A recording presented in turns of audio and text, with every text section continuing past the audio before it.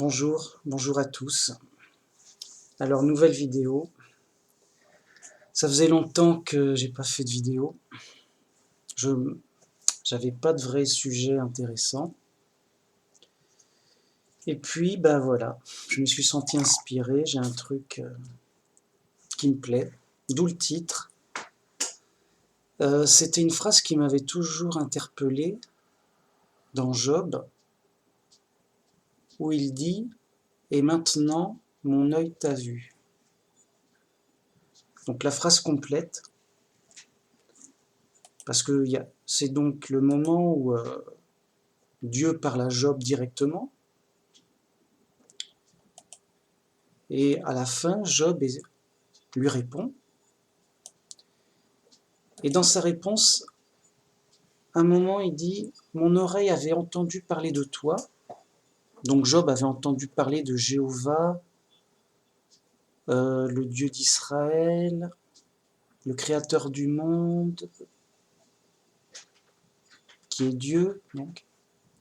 Mais maintenant, mon œil t'a vu. Vous voyez? Bravo, c'est l'été.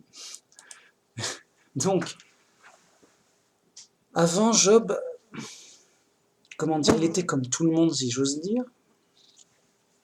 Il avait entendu parler de Dieu à son époque par les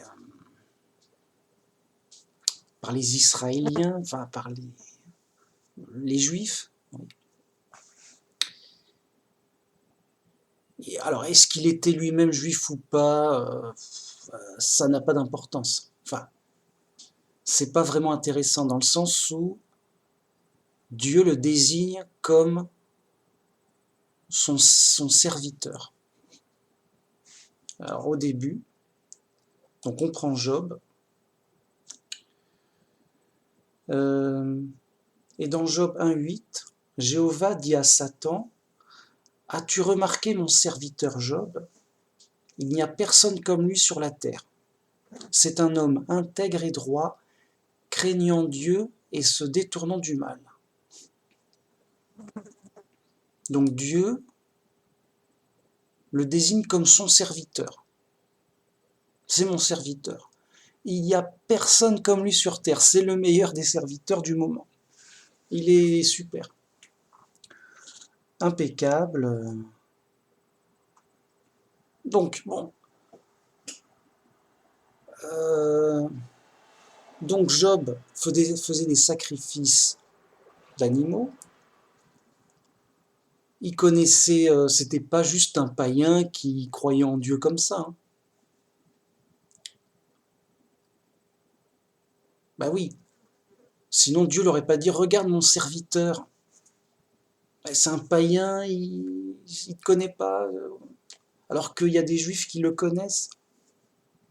Vous voyez, non. Ou qui croient un faux Dieu. Bah non. Donc regarde mon serviteur. Bah, forcément, c'est soit un juif, donc Job, soit il a été naturalisé, il a incorporé le peuple juif, mais il est de la maison, si j'ose dire. Vous voyez? Il est de la maison. On ne peut pas dire que c'est un étranger, c'est ça. Ou alors,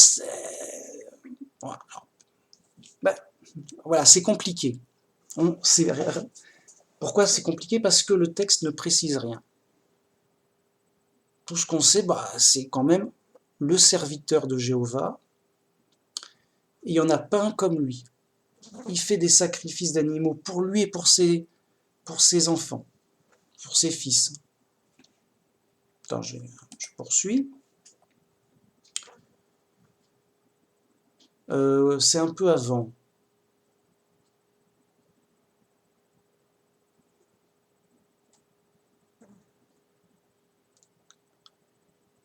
Voilà.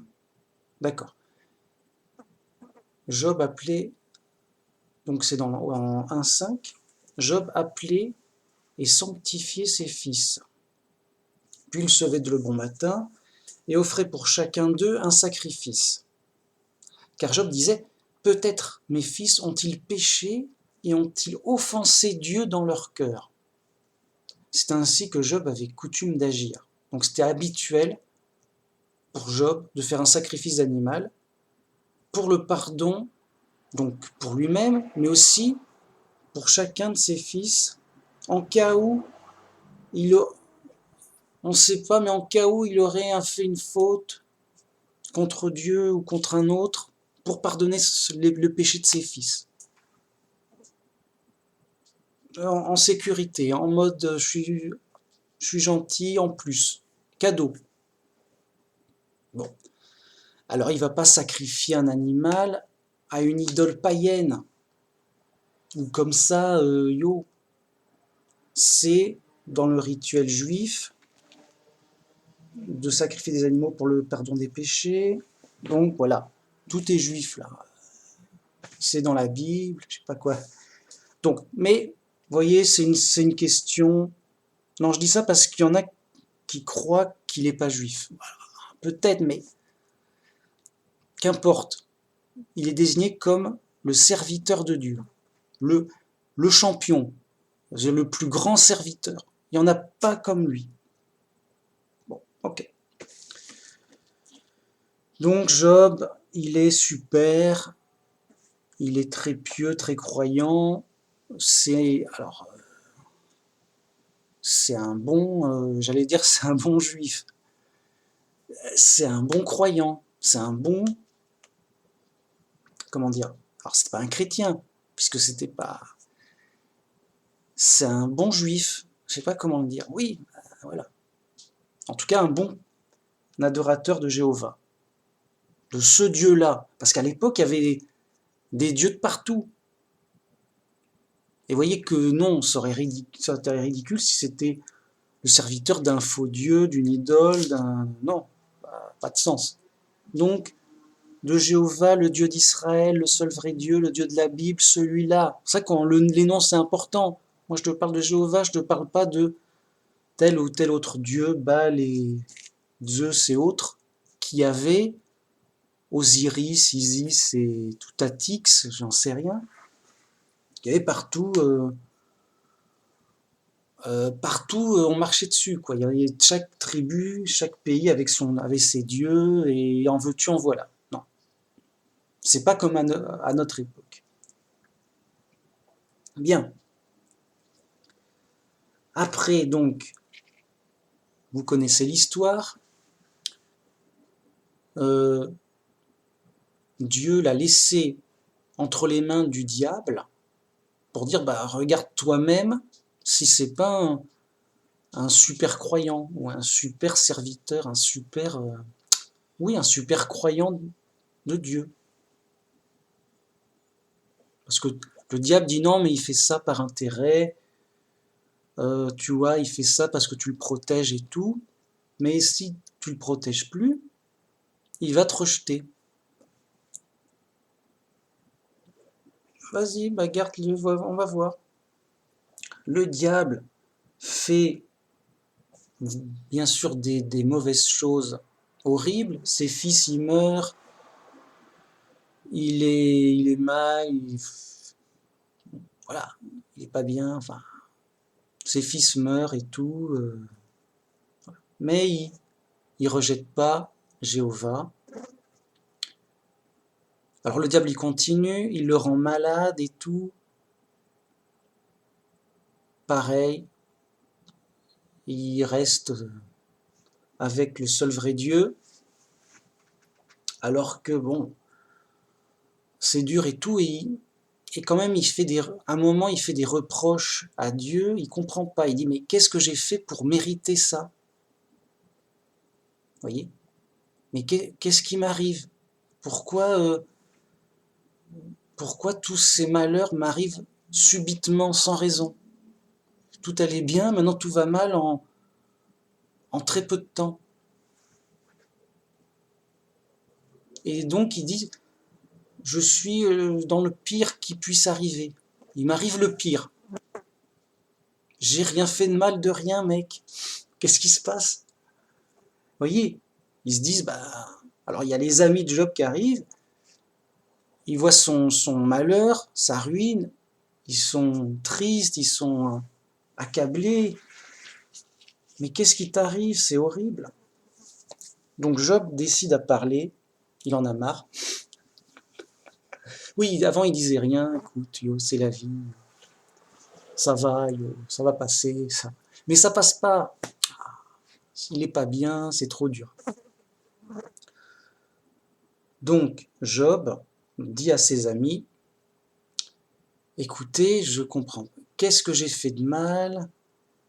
Qu'est-ce qui m'arrive? Pourquoi Dieu me met dans l'épreuve comme ça? Qu'est-ce que j'ai fait de mal? Euh, Qu'est-ce que j'ai fait pour mériter ce sort, ce malheur? C'est ça la question qui ressort. Job se plaint envers Dieu et il se dit à Dieu, mais qu'est-ce que j'ai fait de mal? Pourquoi tu t'acharnes sur moi? Qu'est-ce que j'ai fait de mal pour mériter ça? Il m'arrive le pire, je ne comprends pas. Alors ses amis, philosophes, en mode yo, les mecs, non, mais ça va, mec, écoute, t'as dû faire des mauvais coups, t'as dû faire des erreurs, oui, là tu payes tes erreurs, c'est normal. C'est trouver une raison, quoi. Mais Job, il dit, mais mec, sérieux, mec, tu me connais, mec, c'est pas possible. J'ai jamais rien fait de mal, toujours à donner un coup de main, sympa. Jamais rien fait de mal, mec, sérieux. Tu viens d'où, mec? Non, tu te gourres, c'est pas ça. Alors, la tradition, encore une fois, le mec est pas juif, mec. Oh mince, sérieux. C'est quoi ça? Ah bah ok, je connais pas. Téléphone. Euh, le mec est pas juif, bah on sait pas, mec. Pourquoi tu... Le mec c'est le serviteur de Dieu, qu'est-ce qui se passe? Bon. Deuxième truc de la tradition, le mec a fait des... Ah, il a pas fait des mauvais coups, mais il était plus ou moins complice du pharaon qui faisait des mauvais trucs. Il a été plus ou moins complice de quoi? Oui, Pharaon, il tuait des enfants juifs parce qu'ils étaient trop nombreux, c'était pas bien. Il tuait des bébés mâles et tout, des garçons, des bébés, tout ça, c'était pas bien.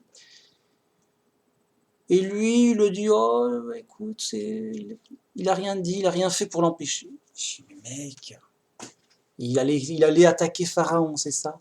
Qu'est-ce qu'il... voilà, il était plus ou moins emmêlé là-dedans. Encore une fois, c'est pas dans le texte. C'est les mecs, ils ont leur tradition, bon, ils ont leur histoire secrète, je sais pas quoi. Ok, qu'importe. C'est pas écrit, mais quand bien même, bah, il n'est pas responsable directement de crime. Voyez. Donc, on en revient à ce qu'a dit Job, j'ai rien fait de mal, qu'est-ce qui se passe? Il y a une erreur. Il y a un deuxième copain, il dit, non mais mec, qui es-tu pour dire que t'as rien fait de mal, t'es parfait, mais personne n'est parfait, même les anges, ils sont pas parfaits. T'as sûrement fait des petites erreurs par-ci, par-là, on les voit à peine. T'as dit un gros mot ici, t'as dû abîmer un truc là-bas, t'as dû vexer quelqu'un, je sais pas quoi, mec. Quoi? Quoi? J'aurais vexé quelqu'un, j'aurais dit un gros mot mal. Quoi? Alors évidemment, le mec, depuis qu'il est enfant, il a sûrement fait deux, trois bêtises, il a dû marcher sur une fourmi, il a dû... T'as tué une fourmi, mec? J'ai pas fait exprès, mec, sérieux. Vous voyez, des petits détails insignifiants. Ok. Voilà, toi, t'es pas parfait, t'as dû faire des petits trucs. D'accord, mais c'est pas... Quand bien même il aurait volé un bonbon, on va pas le massacrer comme ça, le mec. Ça va pas, c'est pas... Il aurait dit un gros mot, oui, j'aurais dit un gros mot à un autre garçon il y a longtemps, on se disputait, tu m'as traité de ceci, je t'ai traité de cela, des petites chamailleries entre gamins, là. Ah, c'est pour ça que je... Non, sérieux? Non. C'est pas raisonnable, encore une fois. Et Job, non. Il se défend, il se dit, mais non, mais... Voilà, toi, c'est ce genre de discussion, d'embrouille. Ses copains disent, tu peux pas dire que Dieu est injuste. Si Dieu t'a fait ça, bah, c'est que tu le mérites, voilà, t'as dû faire un mauvais coup, ou t'as dû faire plein de petits mauvais coups qui tout le long de sa vie, ça s'est accumulé et ça fait un gros coup. Ouais, bon, yo, ok. Là-dessus, Dieu intervient. Il dit, bon, Dieu, alors Job se plaint à Dieu, machin, qu'est-ce que j'ai fait pour mériter ça? Pourquoi je suis dans le malheur, moi qui suis ton serviteur, qui demande ta protection et ton aide, qu'est-ce qui se passe, quoi? Pourquoi, Dieu, tu m'abandonnes, tout ça, ça va pas. Il se plaint envers Dieu. Dieu, il intervient. Alors là, surprise, c'est pas, c'est pas habituel, du coup, ça vaut le coup de le noter dans un livre, d'où le livre de Job. Dieu intervient. Alors, on va voir son intervention, parce qu'on peut se dire, bah alors, si Job l'a vu, il est venu comment? Euh, donc, c'est quand même un sacré bouquin lourd de... Vous voyez, il n'est pas facile à décortiquer, mais en résumé, c'est ça. Oui, en résumé, vous voyez, c'est pas compliqué. Bon. Seulement, là où c'est compliqué, c'est les arguments des amis. Ouais, machin, truc. On s'y perd un peu, mais voilà, en gros, t'as dû faire un mauvais coup, t'es pas parfait, qu'est-ce qui se passe, quoi.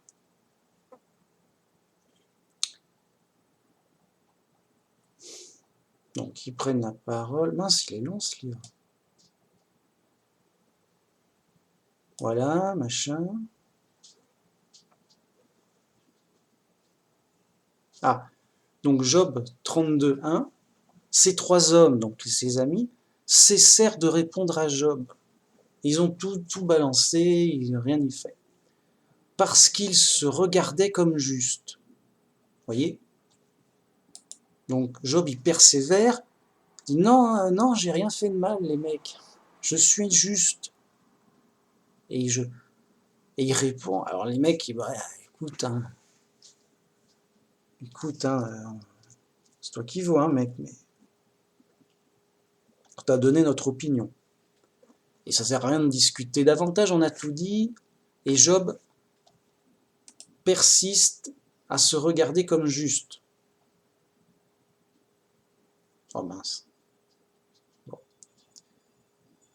Alors ça discute, en veux-tu, en voilà. Ah mais ils continuent en fait, les mecs ils avaient arrêté.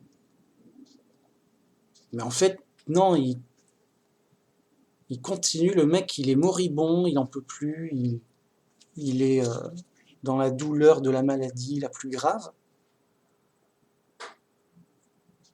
Et il essaie quand même de se défendre, non j'ai rien fait, écoute, yo et tout.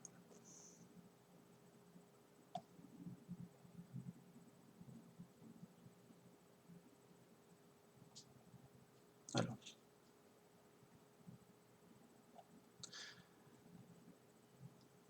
Alors, on dirait qu'il y a un argument du genre, ouais, mais on ne peut pas comprendre ce que fait Dieu, c'est trop compliqué. Donc, c'est normal, mais on ne comprend rien. Voilà. Bon, pourquoi pas.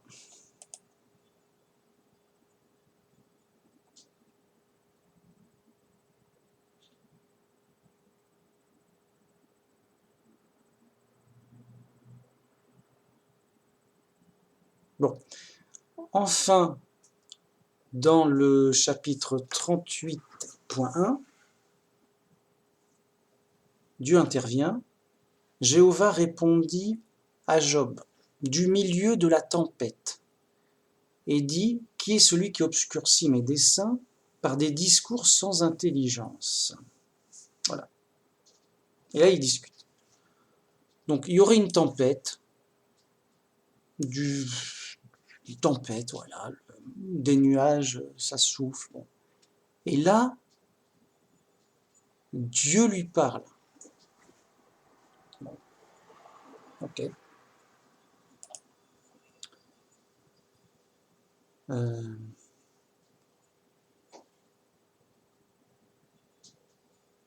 Bien. Et il dit, qu'est-ce que c'est que ces discours inutiles? Alors, est-ce qu'il parle des discours de Job ou de ses amis? Je crois qu'il parle de ses amis, mais peut-être pas. L'ensemble. Vous avez tout le monde a faux, quoi. Tout le monde a faux. Et donc, il discute. Voilà. En fait, Dieu lui répond rien de plus. Il dit juste, qui es-tu pour te plaindre, en fait? Qui es-tu pour te plaindre? Est-ce que tu étais là à la création du monde? Est-ce que tu sais quelque chose? Qu'est-ce que tu... voilà. En fait, tu sais rien et tu veux te plaindre de ce que tu sais pas. Voilà. Bon. Pourquoi pas? Mais bon, Job, ne sachant rien, ou pas grand-chose, il sait au moins s'il a mal agi ou pas, quoi. Donc il se considère comme juste et il se plaint d'être maltraité. Sauf que c'était pas Dieu qui a maltraité Job, c'était le diable. Vous voyez? Alors on aurait pu dire, oui, mais c'est Dieu qui l'a livré au diable, enfin qui a arrêté de le protéger. Oui, mais il n'a pas mal agi, il a arrêté de bien agir sur Job. Vous voyez la différence? Donc Dieu, il n'a rien fait de mal. Il est resté en retrait neutre. Il dit, on va voir. On va voir ce qu'on va voir. Je te le laisse. Je n'interviens pas, je reste en retrait. Pourquoi Dieu est en retrait? Qu'est-ce qui se passe? Mais, voyez. Et Job, lui, il croyait, non, mais c'est Dieu qui me fait ça pour me punir de quelque chose, mais j'ai rien fait, mec, sérieux. On ne comprend pas. Et donc Job, en effet, s'est trompé, mais parce qu'il ne pouvait pas savoir, en pensant que c'est Dieu qui le punit pour rien. Et donc, on en arrive à la fameuse phrase du chapitre 42.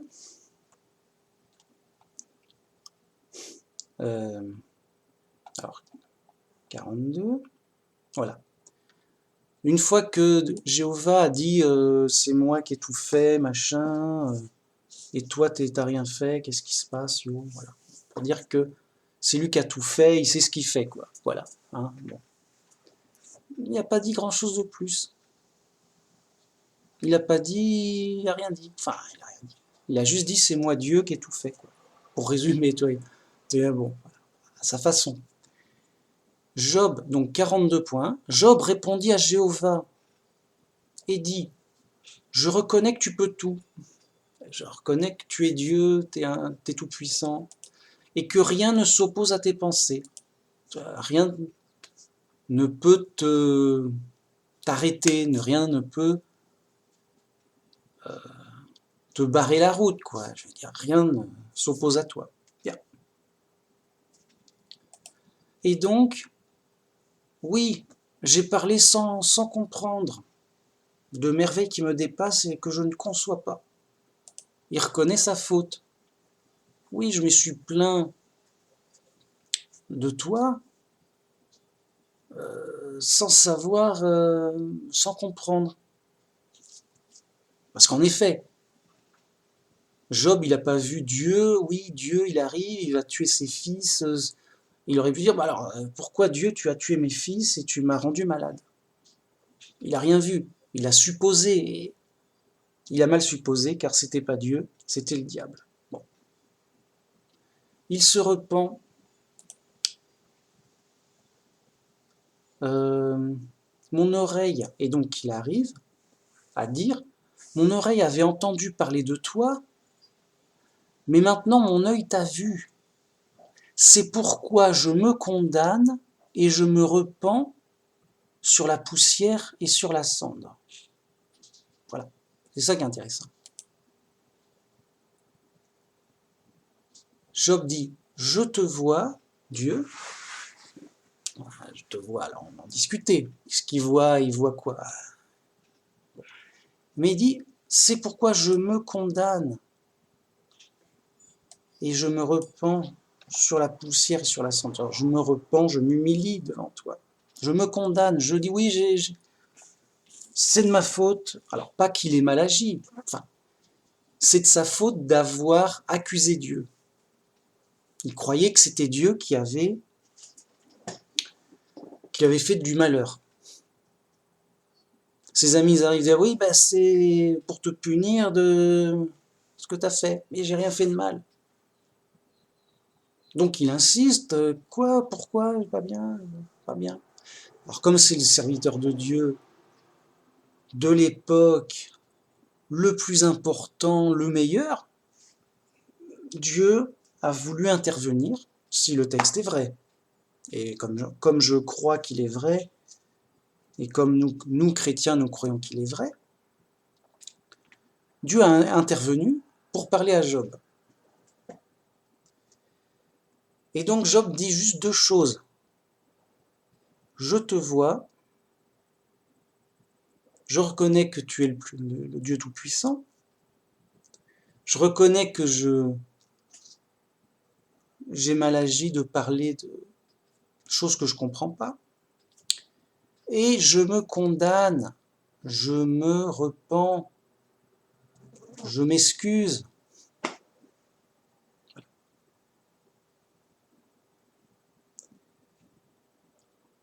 Bon. Alors, qu'est-ce que Job a vu? On pourrait se dire, bah, il a quand même vu une tempête qui arrivait un peu subitement peut-être, les mecs qui discutaient tranquillement, bon, il y a une tempête, bon, pourquoi pas. Mais là, il y a la voix énorme, parce qu'il faut que ça s'entende bien, sinon, de Dieu qui leur parle. Ça surprend, les mecs sont figés, quoi, qu'est-ce qui se passe? Donc ils assistent à un phénomène surnaturel qui est, en apparence, que Dieu leur parle de par les nuages, de la tempête. Bien. Mais Job, il a vu quoi? Il n'a rien vu. À la limite, il a entendu. Vous voyez? Alors, sans jouer sur les mots, là où c'est intéressant, où ça m'intéresse, c'est que Job a vu Dieu dans les deux sens. C'est-à-dire dans le sens où Dieu s'est manifesté à lui par un phénomène surnaturel. Donc Dieu l'a contacté, lui a parlé. Bon, il a vu Dieu, enfin, il l'a rencontré. Vous voyez, dans le sens, je l'ai rencontré, il m'a parlé. Vous voyez, on s'est vu, mais de manière imagée, quoi. Et il y a un autre sens, c'est dans un sens plus profond, où il a vu Dieu, mais spirituellement. C'est-à-dire que Dieu, il est invisible, tu ne peux pas le voir. Voilà, c'est réglé pour toujours. Mais spirituellement, en esprit, tu peux voir Dieu, entre guillemets, donc, par les idées, par les idées, tu conçois Dieu. Dieu, c'est un mot avec une définition précise, c'est une idée précise et particulière. Dieu, c'est l'idée d'un être vivant absolu, créateur de toutes choses, qui est invisible, qui est éternel, tout-puissant, qui sait tout et qui est partout. Voilà. Donc je ne peux pas le voir, mais je peux le concevoir. C'est ça le truc. Et quelque part, et même il y a un jeu de mots, voir et concevoir. Je t'ai vu, je t'ai conçu, enfin, en idée, quoi. Je l'ai vu en idée, donc spirituellement. Et donc, alors le texte ne le dit pas. Le texte dit juste, voilà, j'ai entendu parler de toi, mais maintenant je t'ai rencontré, toi le seul vrai Dieu, parce que il croit que, il peut pas le savoir, voyez. C'est juste, tu entends une voix qui vient du ciel. Bon, c'est juste une voix qui vient du ciel. Ça se trouve, c'est un extraterrestre, un ange, un démon, un ce que tu veux. Voire même, tu peux te faire tromper par quelqu'un qui est monté sur le toit et qui te parle avec une grosse voix. Tu dis, mince, quelqu'un me parle d'en haut, là, qu'est-ce qui se passe? C'est bon.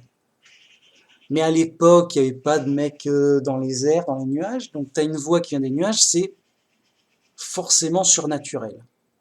C'est pas un drone avec un... Ou alors c'est extraterrestre, mais c'est pas un drone avec un haut-parleur. C'est ça que je veux dire. Bien. Donc, il se dit, voilà, j'ai un truc surnaturel qui m'arrive. Il se trouve qu'on parlait de Dieu et machin. Et vraiment, il croit, il a l'impression que c'est Dieu. Par la foi. Dieu nous parle. Dieu me parle. Voilà. Comme pour Moïse. Dieu parle à Moïse. C'est une voix qui sort d'un buisson qui brûle. Et c'est quoi? Ça se trouve, c'est un démon, un esprit, un fantôme, voilà. Suivant l'imagination des gens, leurs idées, tout. Sauf que Moïse,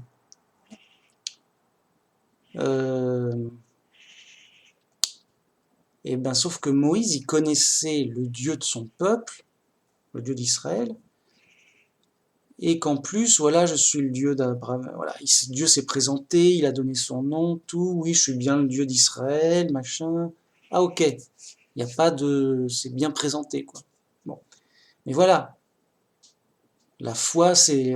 voilà, on croit que c'est... il n'y a pas de... Voilà. Moïse, il n'a pas dit, donne-moi une preuve que t'es Dieu, il ne pourrait pas. Et là, Job, il dit, bah ouais, mais dis, donne-moi une preuve que t'es Dieu. Il ne pourrait pas. Enfin, il pourrait, mais ce serait particulier et compliqué. En tout cas, il n'a pas donné. Il n'a pas demandé. Oui, c'est très difficile de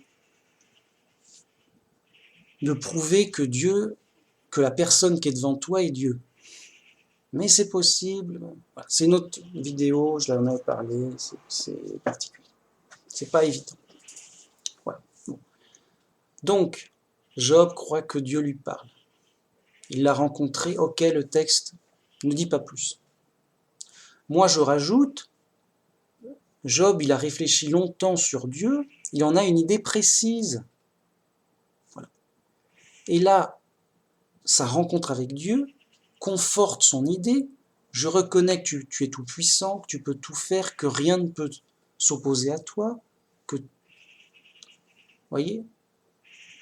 D'ailleurs, tu me parles du ciel comme ça montre une sorte d'omniprésence, une voix qui vient de nulle part, voyez. Une voix qui vient d'en haut. Donc, ça rajoute au fait que mais c'est le grand Dieu qui est partout. Donc, voilà. Et la deuxième chose, c'est Job s'excuse et se condamne et se reconnaît coupable. Mais de quoi? Attention. Parce que Job, tout le long du discours, il dit « j'ai rien fait de mal » et tout. Et c'est vrai. En tout cas, on peut le croire. Là, il dit « j'ai parlé sans savoir de choses que j'arrive pas à concevoir, qui me dépassent et tout. J'ai parlé sans comprendre, machin et tout. » Voilà. Bien.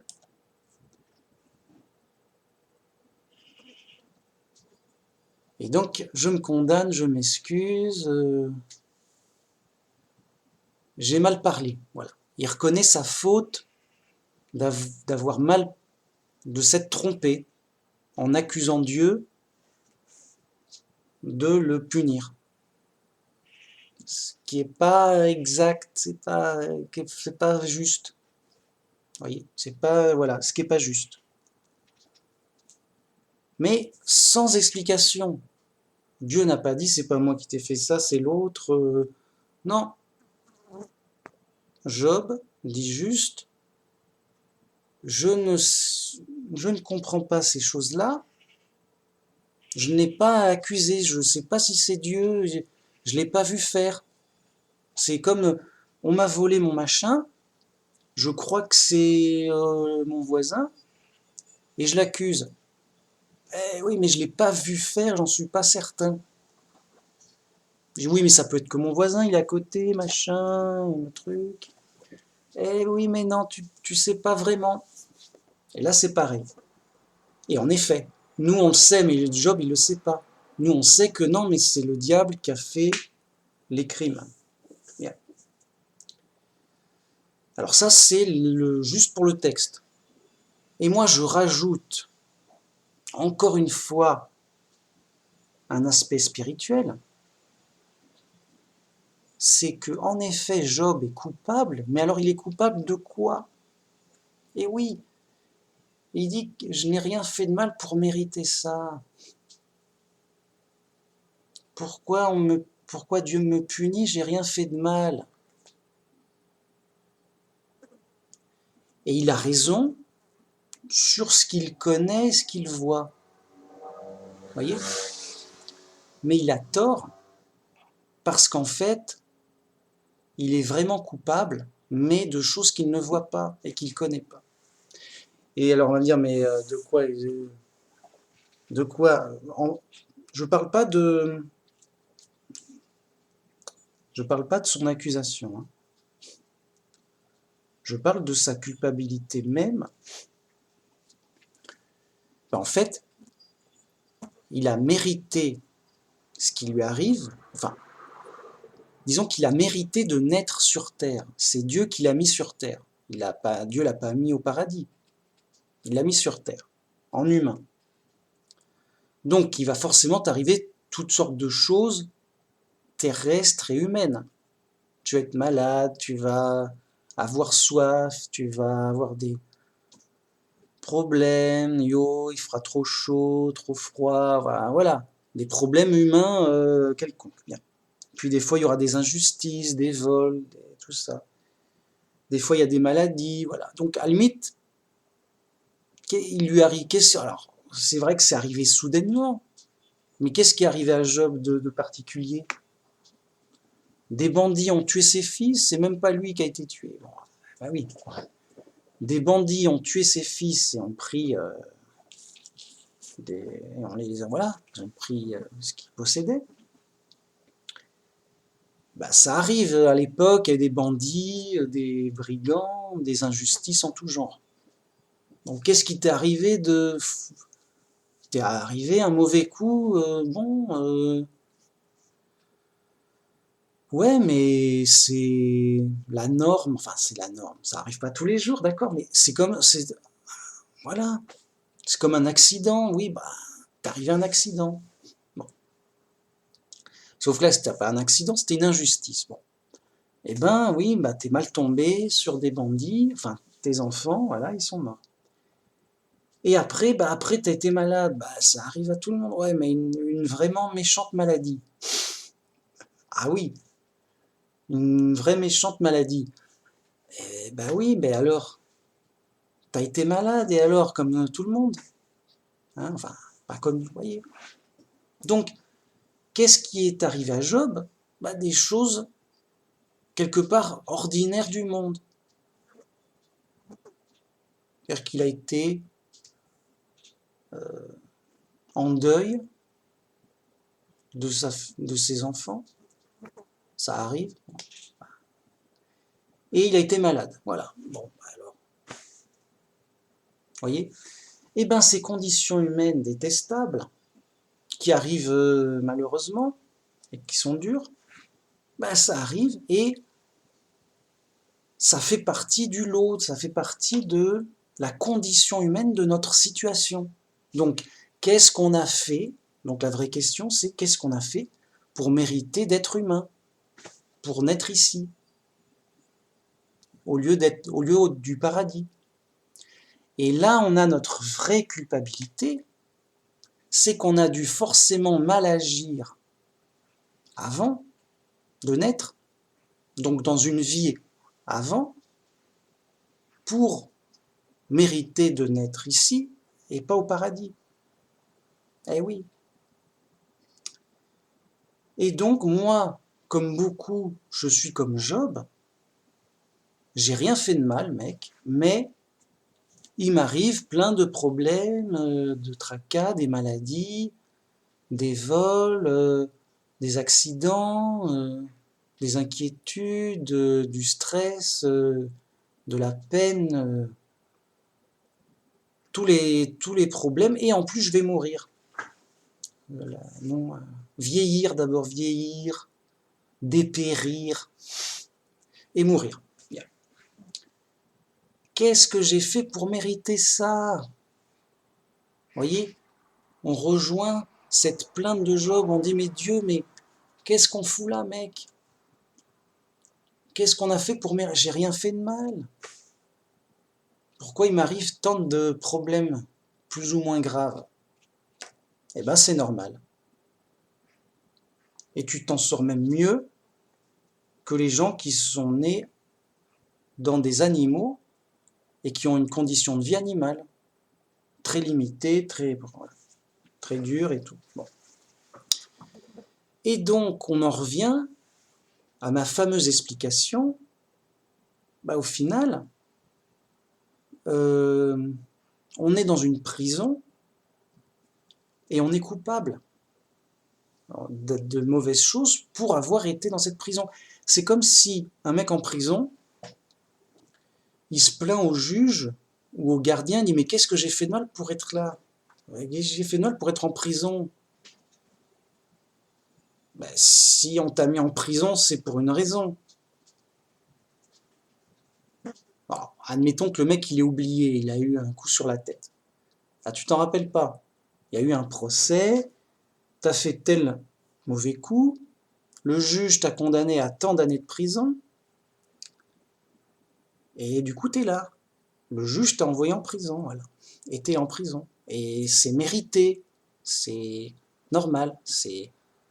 Et donc, qu'est-ce que t'as fait pour mériter ça? C'est les mauvais coups que t'as fait avant de perdre la mémoire. Ah d'accord, ah bah oui, ok. Vous voyez, ça s'explique. Il y a une raison logique. Donc, ben là c'est pareil. Job, il dit, mais qu'est-ce que j'ai fait pour... Qu'est-ce que j'ai fait de mal pour mériter ces malheurs humains? Et ça revient à dire, qu'est-ce que j'ai fait de mal pour être humain? Et donc, être humain, c'est être dans un certain niveau de prison, comment dire, c'est d'être dans une prison de réinsertion. Parce que les animaux, ils peuvent pas sortir de prison comme ça. En effet, pour sortir de prison, il faut être sauvé par la foi en Jésus qui a payé le prix pour qu'on sorte de prison. Et donc, comme disait l'apôtre, c'est au prix de notre foi qu'on est sauvé. Donc, on sort de prison grâce à notre foi en Dieu et en Jésus.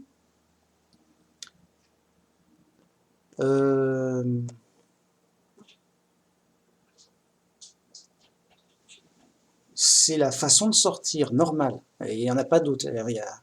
Voilà, tu peux pas échapper à Dieu, dire oh, j'ai trouvé un trou. Non. Vous voyez, tout est voulu, tout est normal. Dieu peut tout faire et rien ne peut lui échapper, le foirer. Il ne peut pas se tromper. Vous voyez? Donc si on est là, c'est parce que Dieu l'a voulu et qu'on le mérite. Donc on est en prison, prison humaine, ce qui est une bonne prison parce que on a des capacités humaines pour concevoir Dieu, chercher Dieu, le voir en esprit et avoir foi en lui et en Jésus pour être sauvé. On a une possibilité de se réinsérer, de sortir.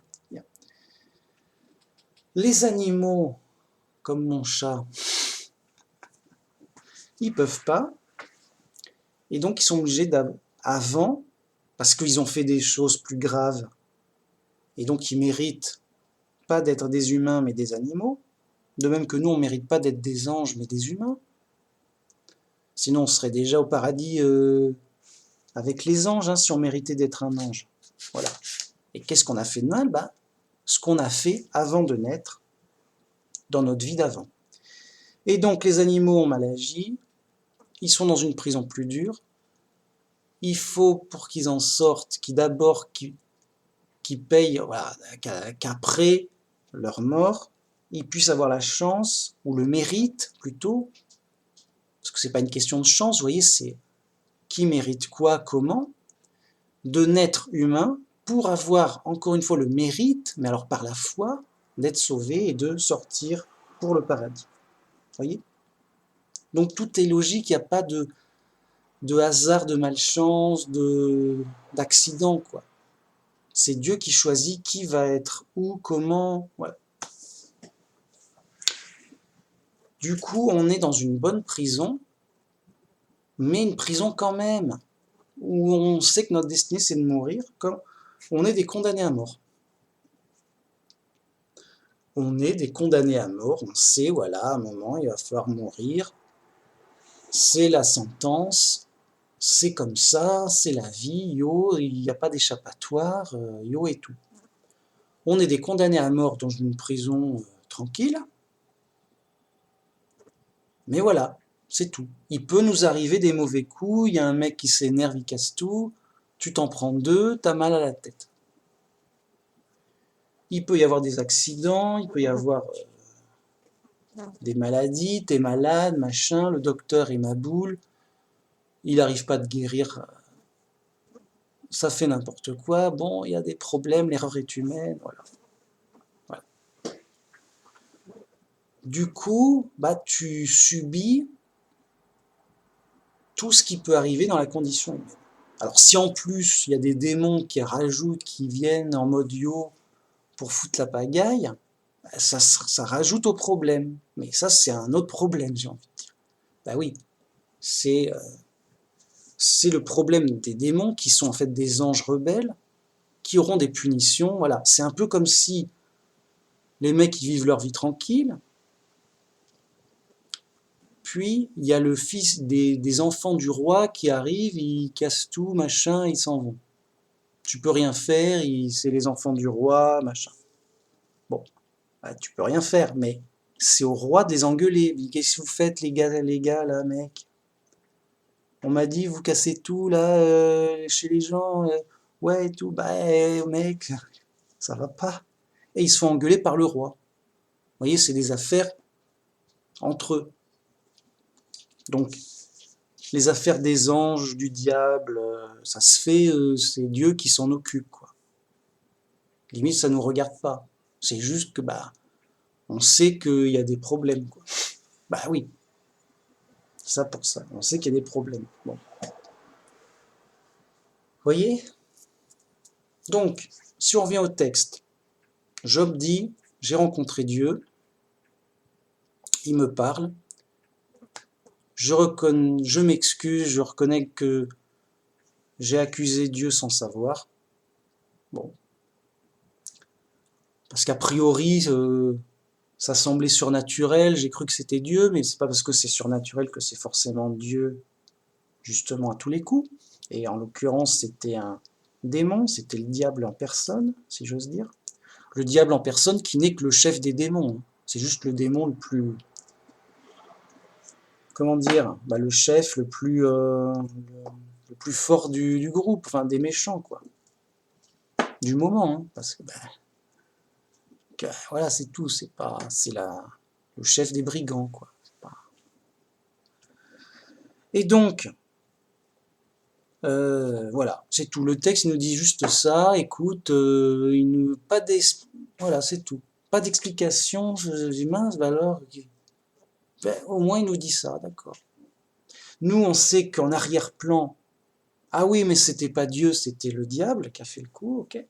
Mais aussi, on se dit, bah ouais, mais quand même, c'est dur, machin. Voilà quoi. Voilà quoi. C'est dur quoi. Bon. Eh ben, ça c'est juste, le texte nous dit juste ça, il dit, bon, bah voilà, c'est comme ça. On nous dit presque rien. Enfin, on nous dit ce qu'il y a à dire, quoi, ce qu'il y a eu. Mais on nous dit pas la vraie compréhension profonde. Qui est simple, hein, c'est pas, oh, il va nous inventer un schmimblick. Non.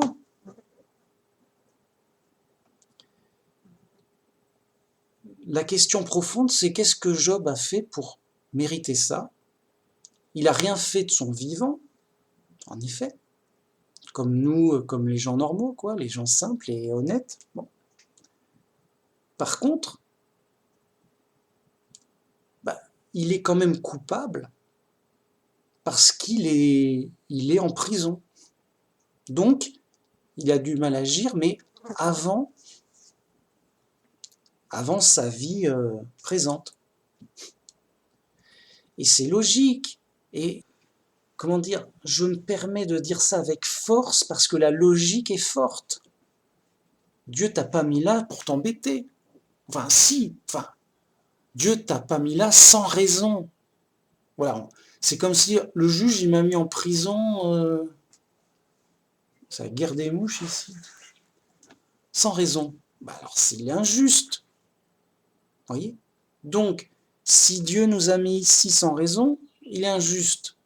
Et les gens ont un Dieu méchant, je sais pas pourquoi, et ça leur convient.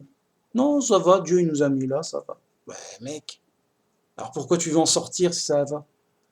Le paradis c'est mieux. Bah oui, hein, c'est mieux. Bon. Vous voyez, c'est logique. Dieu nous a mis ici parce qu'on le mérite, et on ne méritait pas le paradis. Mais à présent, grâce à notre foi en Jésus, on ne mérite pas plus le paradis. C'est juste que grâce à notre foi en Jésus et qu'il a payé en sacrifiant sa vie éternelle, Jésus a sacrifié sa vie éternelle. Ben oui, avant Jésus, il était un ange au ciel. Il a dû mourir au ciel pour naître humain. Jésus, je répète, parce que les gens, on est où là? Ils nous parlent de... Parce que ça se dit pas, et j'y mince, mais c'est la conséquence logique, voilà. Jésus, il était au ciel. Alors, il y en a qui croient qu'il est Dieu, qu'il était Dieu, enfin, qu'il est Dieu. Ah bon? Alors, il est mort au ciel? Non, il n'est pas vraiment mort, il a disparu au ciel, et il est apparu en bébé. Oui, appelle ça comme tu veux, mais il a disparu, il est mort au ciel pour naître en bébé. À zéro, le mec, c'est un bébé, il sait rien. Alors il est enfant, il en sait pas plus. Hein. Il est adulte, pas plus. Il est, voilà, oui, yo, et tout, ça va. C'est-à-dire qu'il est mort il a perdu son existence glorieuse, céleste d'avant, et éternelle, avec la vie éternelle. Donc il a perdu sa vie éternelle pour devenir un humain mortel. Et il est mort. Jésus a perdu la vie, et 2 fois. Bah oui, avant il était au ciel. Il a perdu sa vie céleste, éternelle, au paradis, pour aller sur terre morfler, hein. Souffrir, voilà, machin, il y a un peu de pain à manger, yo et tout, qu'est-ce qu'on fait, machin, voilà. Une vie ordinaire, et qui est une punition par rapport au paradis, hein. C'est pas, oh, il s'est amusé, ça va, bah, mec, bah, amuse-toi, bah, quoi, bah, c'est fou, bon. Donc, Jésus est mort au ciel pour naître bébé. Après, il a vécu sa vie humaine, et il est mort humain. Il est bien mort. Bon, là, il est mort. Bah, il est mort. Bon, il est mort. Donc, il a bien perdu sa vie éternelle, forcément, au bout d'un moment. Mais il est mort, il a perdu sa vie éternelle. Oui, mais on lui a redonné après. Oui, ben, on lui a redonné après, mais il a perdu. Tu vois, la vie éternelle, l'intérêt, c'est qu'on ne meurt pas. Et si le mec il meurt, ben, il est mort. Il n'a pas envie de mourir, a priori, non? T'as envie de mourir? Bon, punition, bah alors, oui, mais c'est un sacrifice. Bah oui, bah, ça fait mal. Bon, alors, j'en étais où? Oui, bah, justement, c'est un sacrifice qui fait que Jésus, le Fils de Dieu, vraiment, le Fils de Dieu qui était au ciel, est devenu un humain, il a souffert, il est mort comme un humain mortel, en prison. Mais, vous voyez, on bénéficie de sa vie éternelle, c'est-à-dire qu'il a sacrifié sa vie éternelle, vraiment. On ne peut pas nier ça. Il est mort. Oui, non, il n'a pas perdu sa vie éternelle. Alors, pourquoi il est mort? Oui, il est mort parce que ça, yo, ben, il est mort ou il n'est pas mort?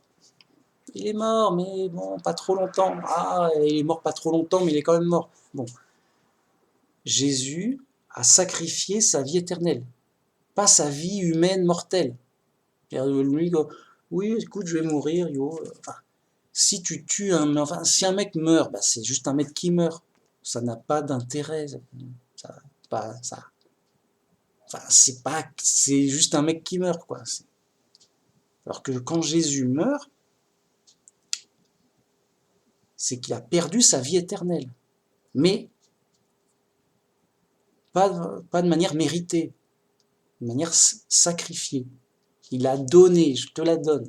Enfin, il a donné sa vie éternelle. Alors, bien sûr, il la donne pas comme ça, sans faire exprès, enfin, bêtement, enfin, comme ça. C'est par le plan de Dieu, oui, voilà, c'est Dieu qui dirige les choses, enfin, qui lui dit, voilà, fais comme ça, mec, tu vas perdre ta vie éternelle, mais t'inquiète, je suis là, ça ira mieux après. Enfin, c'est pour mieux, c'est pour avoir du mieux, c'est pas pour avoir du pire. Dieu, il va pas conseiller à Jésus de perdre sa vie éternelle pour morfler comme ça. Ou alors on dit, voilà, on a un méchant Dieu, machin. Non. Non. Dieu, le seul vrai Dieu, le Père de Jésus, notre Père, a conseillé et a incité et a demandé à son Fils de se sacrifier. Donc il dit, perds ta vie éternelle au profit de tous, afin qu'il la retrouve avec toi, la vie éternelle, qui partage ta vie éternelle.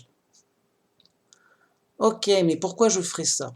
Je vais morfler méchamment quand même.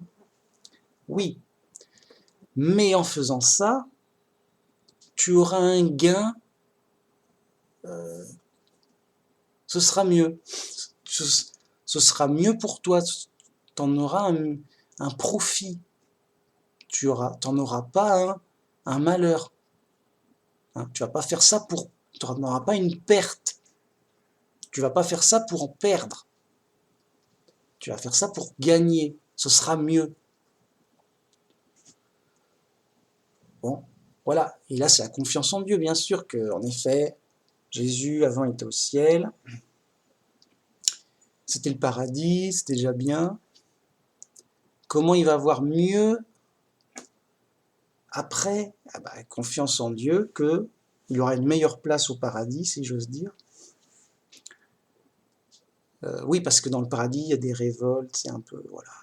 Il y a le diable qui... Voilà. Oui, au paradis, il y a le diable qui fait des mauvais coups cachés. Donc, une sorte de justice ou de ménage qui doit s'opérer au paradis. Mais c'est Dieu qui s'en charge. Bon, voilà. Bref. Et en effet, on croit que Jésus aura comment dire, une meilleure place grâce à son sacrifice et avoir obéi à Dieu, qu'en gardant sa vie éternelle pour lui-même, dans son coin, au paradis, tranquille. Mais bon, c'est autre chose. Alors pourquoi je dis tout ça pendant 1 heure?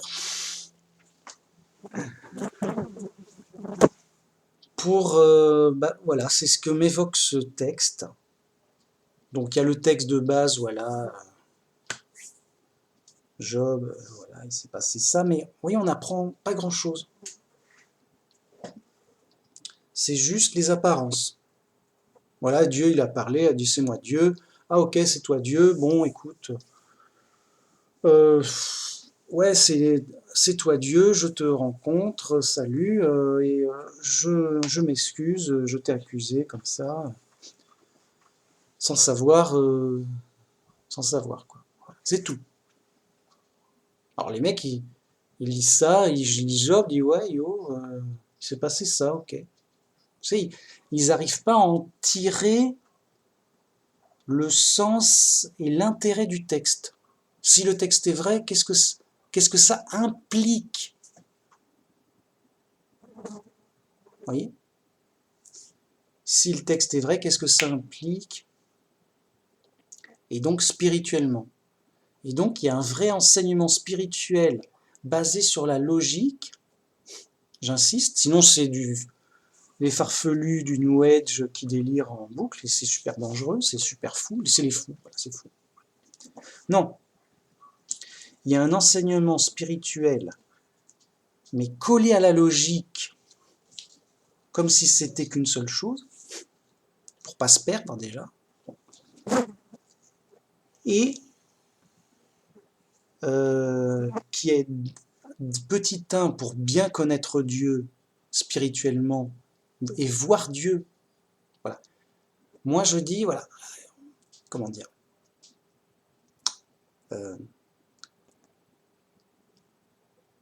j'ai vu Dieu, enfin, je me sens comme Job. J'ai vu Dieu, mais alors pas avec mes yeux. Donc, plus précisément, j'ai vu Dieu spirituellement, ou plutôt j'ai conçu, comment dire, j'ai pu concevoir Dieu en esprit par des idées. Bien. Ok, on dit tu t'es fait des idées sur Dieu, ok. Oui, mais j'ai pu vérifier que ces idées soient réelles, soient conformes à la réalité. Alors comment? Par la logique simple et directe. Ah, ce qui fait que j'ai pu connaître Dieu, qui pourtant il est invisible et il ne se manifeste pas, et ben j'ai pu le connaître par les idées, par la logique. Et j'ai pu le savoir et le vérifier toujours par la logique. Vous voyez? Et les idées. Et donc, c'est comment appeler ça un travail d'esprit pour avoir de la vraie connaissance, de la vraie science, du vrai savoir, de la vraie vérité en esprit. Vous voyez? Et donc, si quelqu'un arrive et me dit « montre-moi ce que tu as vu », je n'ai rien à montrer visuellement, mais j'ai à lui donner à voir spirituellement des idées logiques. Et je dirais à cet homme, regarde telle et telle idée logique, tu vois bien que c'est logique que Dieu existe, et qu'il est comme ça et pas autrement. Il a ses attributs logiques. Oui, alors s'il n'est pas fou, il dira oui, merci, même il dira. Par la logique, tu m'as montré Dieu. Voyez? Par l'esprit de la logique, tu m'as montré Dieu, merci. S'il est fou, il va me dire, mais non, quoi, c'est faux, non, j'en sais rien, va-t'en.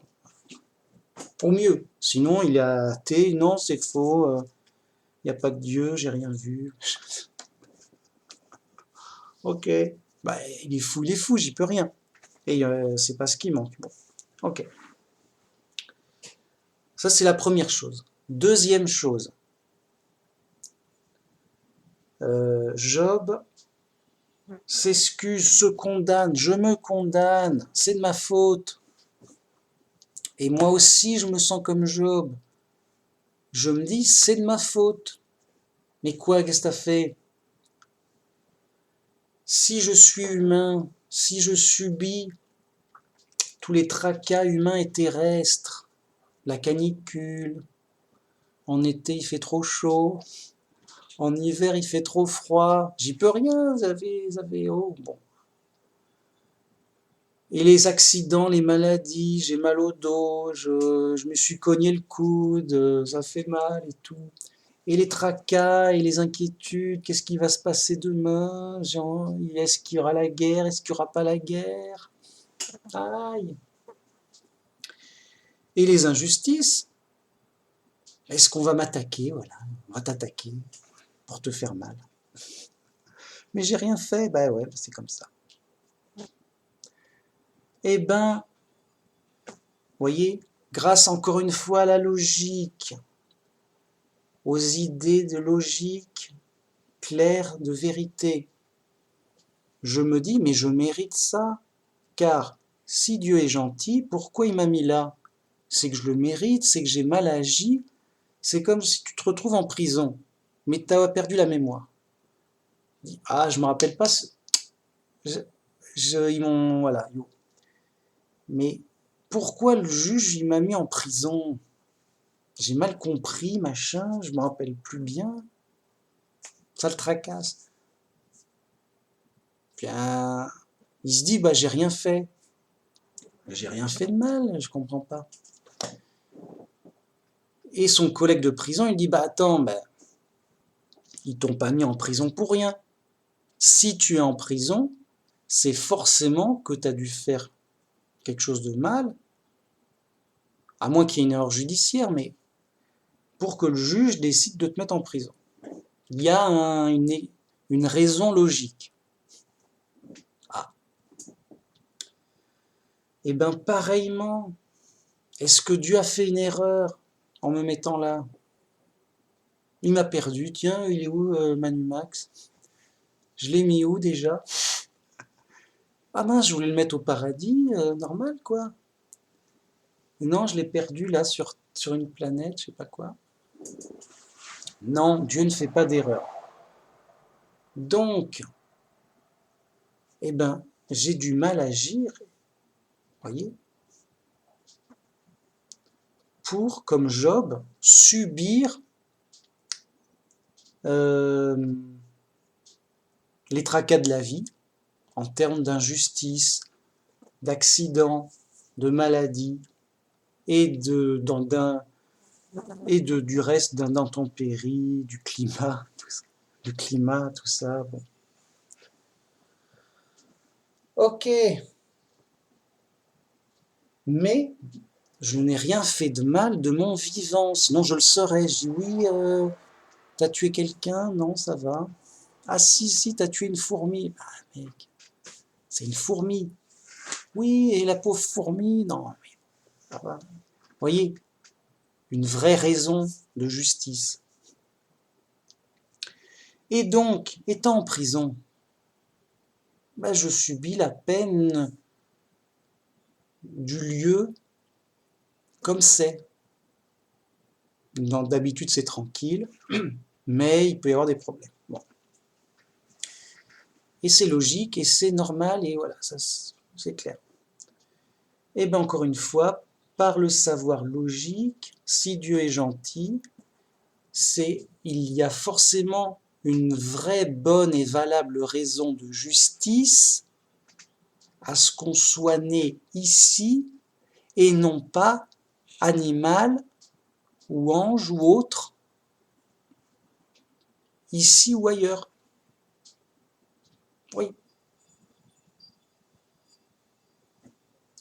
Ceux qui seraient tentés de dire non, mais on est tout neuf. Pourquoi on n'est pas tout neuf au paradis? On commence bien, quoi. Et voilà, tout va bien, on est bien, ok. Et après, au paradis, bon, voilà. Si on agit mal, on n'est plus. Comme pour Adam et Ève. Enfin, pas qu'ils soient nés tout neufs, mais Adam, il a mal agi, il a été puni, il a perdu sa vie éternelle, mais il a commencé sa vie, Adam et Ève, avec la vie éternelle. C'est pas, ils sont pas, voilà, vraiment. Alors, les mecs, ils y croient pas, j'y crois pas, ouais. Mais moi, j'y crois, Je suis chrétien, j'ai le droit d'y croire à la Bible. Est-ce que j'ai le droit de croire à la Bible? Je crois en la Bible et j'ai le droit, non? Ça va? Bon. J'y crois, c'est marqué, c'est clair. C'est pas en chinois, mince. Bon.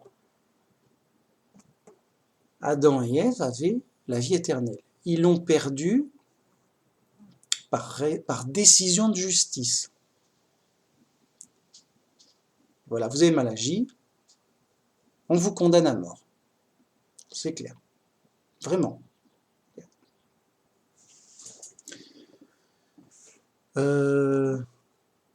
Ok, mais là c'est clair. Mais nous, on n'a rien fait de mal. Pourquoi on est condamné à mort? Vous voyez? Pourquoi il y aurait quelqu'un, ce serait Adam, et tout va bien pour lui, sauf s'il agit mal, il en reçoit la punition juste qu'il mérite pour lui. Alors que pour moi, bah, je suis déjà puni, j'ai rien fait. On est déjà puni par rapport à Adam et par rapport aux anges encore plus. Vous voyez? C'est ça qui est clair. C'est ça que les gens n'imaginent pas. On est déjà puni parce qu'on est coupable. Et on est coupable de ce qu'on a vraiment fait, mais d'avant notre naissance, parce que de notre vivant, on n'a rien fait pour mériter de... Voilà. Vous voyez, c'est clair? Bien. Vous voyez, c'est très clair, c'est très simple. On est dans la logique simple. On est chez les pros. Le mec qui est pas d'accord, il a un problème avec la logique, il a un problème, c'est pas un pro, il cherche quoi? C'est un débutant, Vous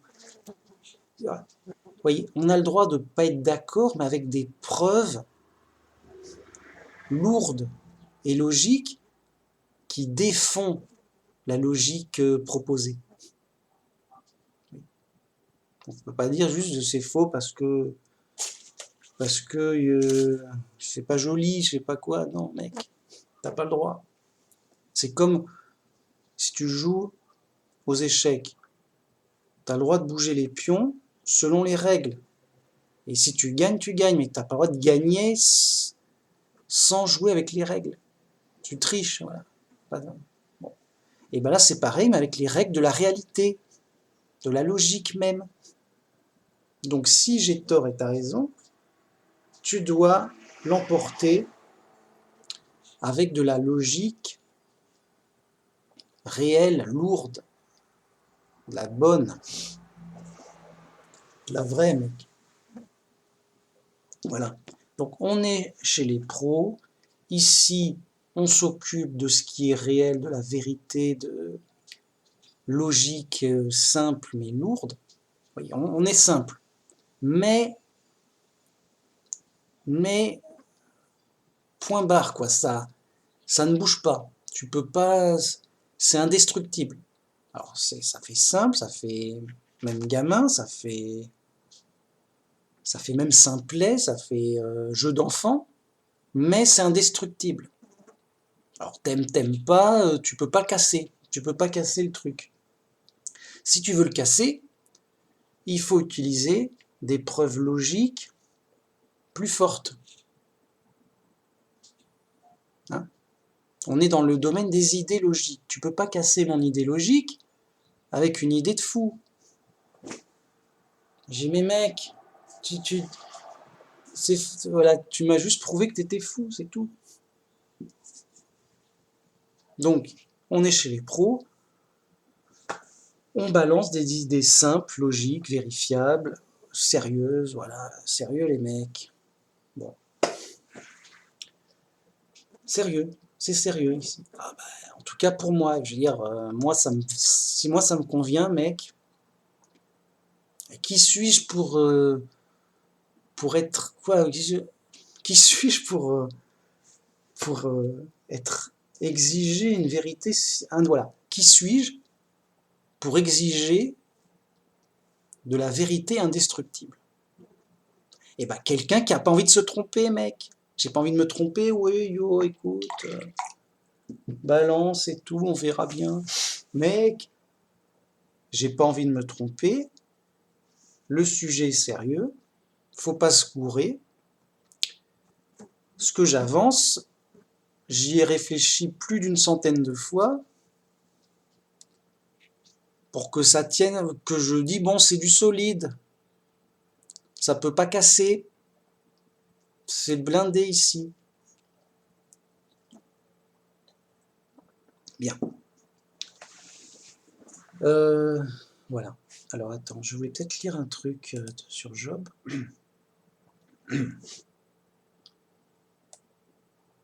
Voilà. Du coup, Jéhovah, il a engueulé les amis là en disant ouais les mecs, ça fait un peu oui, ça donnait l'impression ces amis que Dieu l'avait puni. Ben voilà, ils allaient dans le sens Dieu t'a puni, mais soit pour des broutilles, soit pour quelque chose.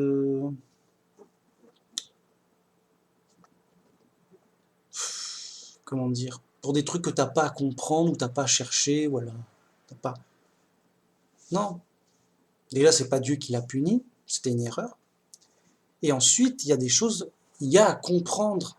Et donc Job est dans la bonne démarche. Si j'ai mal agi, montre-moi ce que j'ai mal fait. Et j'accepterai et je prendrai la punition pour me corriger. Voyez. Mais là, je suis puni sans savoir pourquoi. Je comprends pas. Ça, voyez, ça va pas. Voyez. Donc, vous voyez, Job était dans une bonne démarche de comprendre.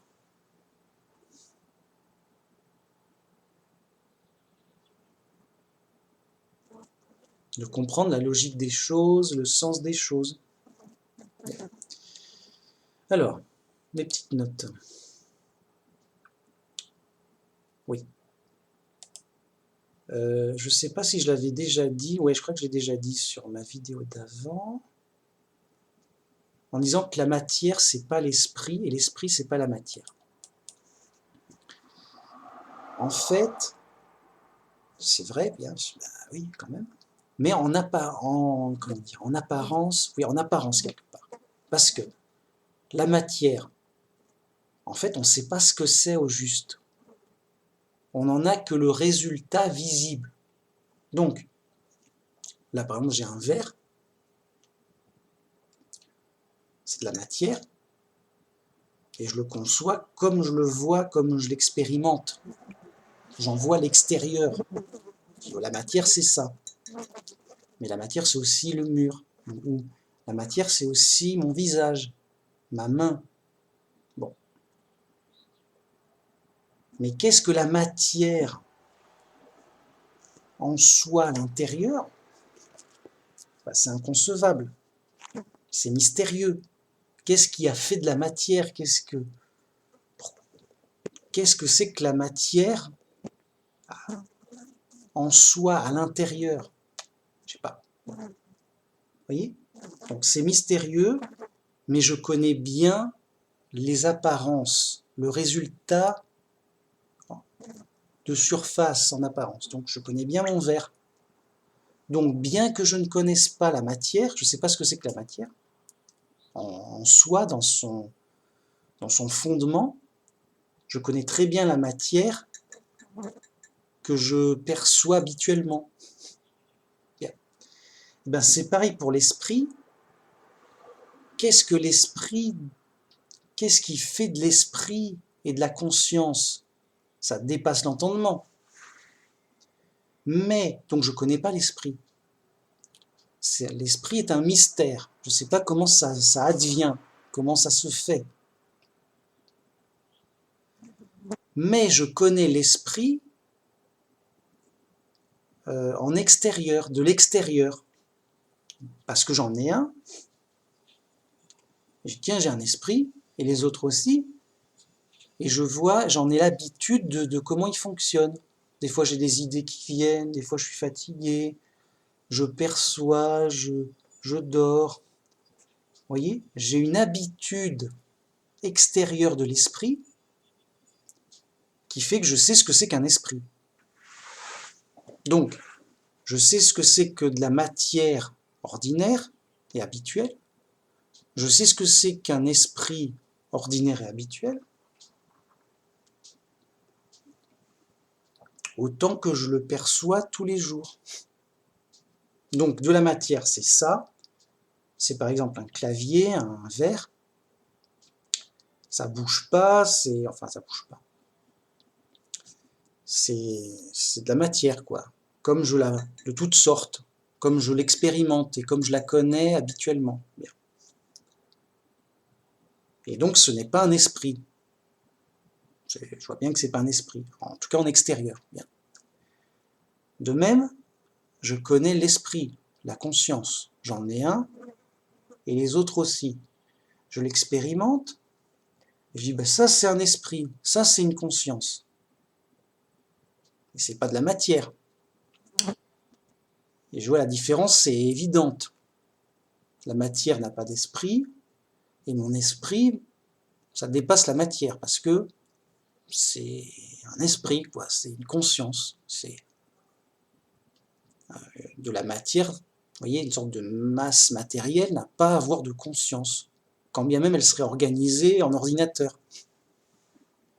Bon. Et donc, je connais la matière de manière relative. Je connais l'esprit de manière relative, et je dis c'est très différent, ça n'a rien à voir. La matière c'est une chose, l'esprit c'en est une autre.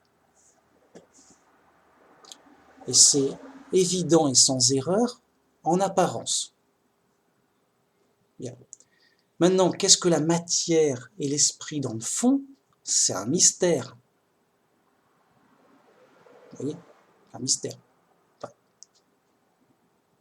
donc je m'en tiens à ce que je sais ce que c'est en extérieur, comme je le perçois tous les jours. Et donc je peux dire, voilà, il n'y a pas d'esprit dans ma souris. Enfin, c'est pas un animal, mais il n'y a pas un esprit dans ma bouteille. Parce qu'une bouteille, voilà, enfin, du verre, c'est du verre. Du bois, c'est du bois. De la pierre, c'est de la pierre. Il n'y a pas un esprit dans de la pierre, dans la pierre, quoi. Une pierre, c'est pas un esprit. La pierre n'est pas consciente. Bien. Et ça, je le sais de manière évidente, de manière relative, mais évidente. On ne peut pas me dire le contraire. Bien. Et de même, mon esprit, bah, c'est pas de la matière. Bah, sinon, je dirais, bah, l'esprit, c'est un type de matière. Mais un type de matière, quel qu'il soit, ça n'est pas conscient. Donc la conscience, c'est pas le résultat de la matière, ni de la matière. C'est autre chose. Et en apparence, c'est évident. Parce qu'en apparence, un esprit, une conscience, ça dépasse l'entendement, même de manière relative. C'est-à-dire, qu'est-ce qui fait que là, dans cette masse de matière organisée qu'est mon corps, qu'est-ce qui se passe qu'il y a un esprit conscient qui fait qu'il y a quelqu'un dedans. Il y a quelqu'un dans la matière. Vous voyez, on est dans une autre nature, une autre étape. C'est plus il y a tel type de matière, c'est il y a quelqu'un dans la matière. Il y a une autre catégorie. Donc il y a la matière, et il y a une autre catégorie qui n'est pas de la matière, et donc c'est l'esprit, la conscience. Et de manière évidente et relative et directe et visible, c'est vrai à 100%, je veux dire, c'est indiscutable. Quelqu'un qui veut discuter, oui, ça se trouve, mon verre, il a un esprit, et il est conscient. Non, ben non. En apparence, non. Alors peut-être dans l'absolu, il y a peut-être un esprit, des esprits dans les molécules, cachés, je ne sais pas. Mais je m'en occupe pas, c'est trop mystérieux et petit. Je m'occupe que des apparences visibles. Et là, je me trompe pas. Déjà ça, c'est déjà ça, mec. C'est déjà, tu te trompes pas, mec. Même si c'est simple et petit, c'est déjà bien. Et oui, c'est ça que je voulais rajouter. Donc, je note. Voilà, c'est réglé. Bim, on balance. Bon, bah c'est tout. Bonne journée, c'est l'été, il fait chaud. Et c'est l'épreuve que Jéhovah nous aide, nous guide. Nous payons nos fautes de nos anciennes vies. Et grâce à Jésus et à son sacrifice, nous pouvons retourner vers Dieu par la foi et par le sacrifice de Jésus, qui est un sacrifice révélateur de l'amour de Dieu. C'est un sacrifice gratuit, donné pour nous. C'est un peu un cadeau. C'est un peu, voilà, vous sortirez de prison si vous acceptez ce cadeau. Bah, c'est gratuit, oui. Ah bah c'est gentil. Voilà, t'es obligé de dire bah, merci. T'es obligé de dire merci, c'est gentil. J'accepte le cadeau. Merci. Tu voyez? Et donc, c'est révélateur d'une preuve d'amour, ça prouve, au moins en apparence, qu'il est gentil.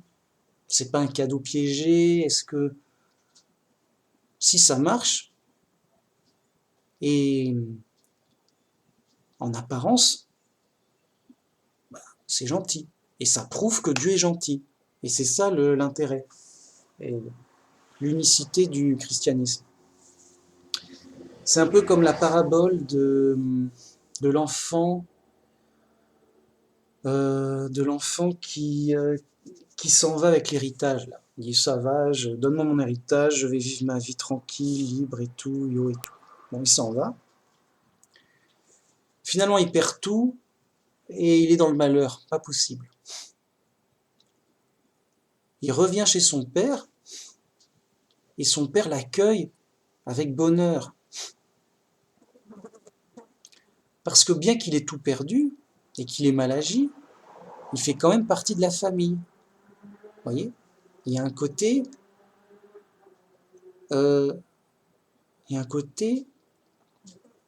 on fait partie de la famille, donc c'est normal et gratuit qu'on t'aide.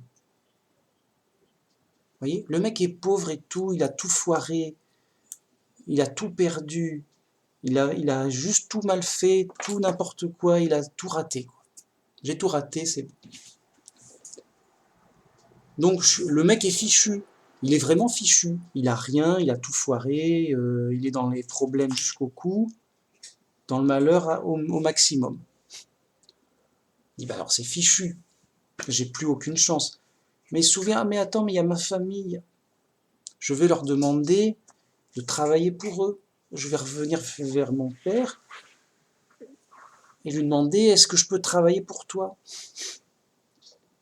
Son père, il l'accueille, il dit, mais qu'est-ce que tu parles de travailler pour moi? Mais rentre à la maison. Mais c'est normal, tu fais partie de la famille, c'est gratuit. Tu as toujours ta place, Vous voyez, c'est normal dans la générosité et l'amour familial d'une vraie famille normale, quoi, qui s'aime, je sais pas. Donc, et au contraire, il reproche un peu à son frère qui est dur. D'accord, il a raté, d'accord, il a tout perdu, il s'est foiré, ok. Mais c'est ton frère, c'est mon fils, c'est la famille. On doit l'aider, on ne va pas le rejeter. Il nous a rien fait de mal. Hein? Donc, t'as un frère qui est dans la difficulté horrible, c'est normal que tu l'aides autant que tu peux, gratuitement. Oui, écoute, je te passe un machin, tiens, truc, il n'y a pas à se poser la question, oh, bah, t'es bizarre, toi, non. Au contraire, c'est normal. On est de la famille. D'ailleurs, même Paul disait, au sujet de chrétiens qui rejetaient leur famille, qu'ils étaient pires que des païens, parce que les païens, au moins, ils avaient de l'amour en famille. Ils s'aimaient et ils s'aidaient en famille. Ça va de soi, c'est normal, c'est là. Ordinaire, c'est ordinaire. Bon. Eh ben, ces chrétiens, ils sont pires que des gens ordinaires parce que ils ont perdu même l'amour familial. Alors, un chrétien, il doit aimer tout le monde, même son ennemi. Et là, il rejette sa famille. Bah, c'est pire que des païens. Ben oui, évidemment que si tu dois aider même ton ennemi, à plus forte raison tes amis ou ta famille, quand bien même ils ne seraient pas chrétiens, justement, on doit aider son prochain. Le prochain, c'est le prochain, c'est pas... c'est le prochain, c'est tout. Quand bien même il serait ton ennemi. Donc le mec, toi, c'est pas un sataniste. Tu dois l'aider. Mais même si c'était un sataniste, tu dois l'aider. Alors. Bon, ben merci. Fin de la vidéo, à la prochaine. Que Jéhovah nous fasse du bien, le seul vrai Dieu, et notre Père à tous qui nous aime. Merci, au revoir.